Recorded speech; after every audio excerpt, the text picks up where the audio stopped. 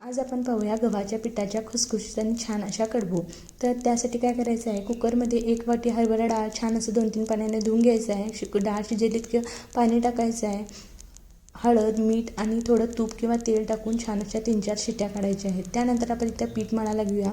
2 वाटी गव्हाचं पीठ, अर्धी वाटी रवा, हळद, मीठ आणि तूप किंवा तेल टाकून व्यवस्थित मिक्स करून घ्यायचं आहे. आणि थोडं थोडं पाणी टाकून जसं आपण पुरीला पीठ मळतो त्याप्रमाणे पीठ मळून घ्यायचं आहे आणि एक 10-15 मिनटं रेस्ट करायला ठेवायची आहे. आपली डाळसुद्धा शिजलेली आहे. डाळ व्यवस्थित निथळून घ्यायची आहे आणि व्यवस्थित आपण निथळून घेतलेली आहे आणि डाळसुद्धा व्यवस्थित शिजलेली आहे. डाळ मी एका कढईमध्ये ट्रान्सफर केली. 1.5 वाटी गूळ टाकलेला आहे आणि छान असं मी इथं लुसलुशीत आणि मस्त असं पुरण बनवून घेतलेलं आहे. वरून छान असं मी थोडं वेलची पूडसुद्धा टाकलेली आहे आणि आपलं पुरण रेडी झालेलं आहे.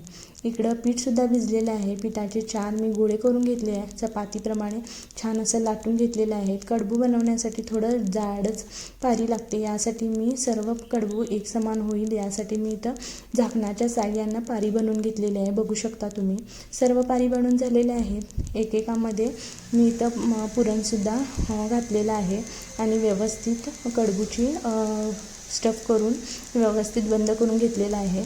त्यानंतरला हे कडबूला मी इथं हे करून घेणार आहे, मुरड घालून घेणार आहे. मुरड घातल्यामुळे काय होतं आहे, कडबू फुटण्याचे चान्सेस नसतात आणि दिसायलासुद्धा सुबक आणि सुरेख दिसतं.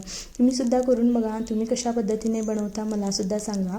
आणि बघू शकता सर्व मी कडबू अशा भरून छान असे मुरड घालून घेतलेले आहे आणि सर्व कडबू रेडी झालेले आहेत.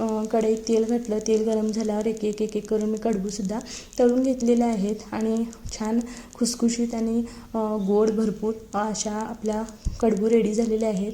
आणि तुम्हाला असे व्हिडिओ आवडत असतील तर फॉलो करायला विसरू नका. आणि भरपूर गोड झालेल्या होत्या. तुम्हीसुद्धा करून बघा. Bye bye.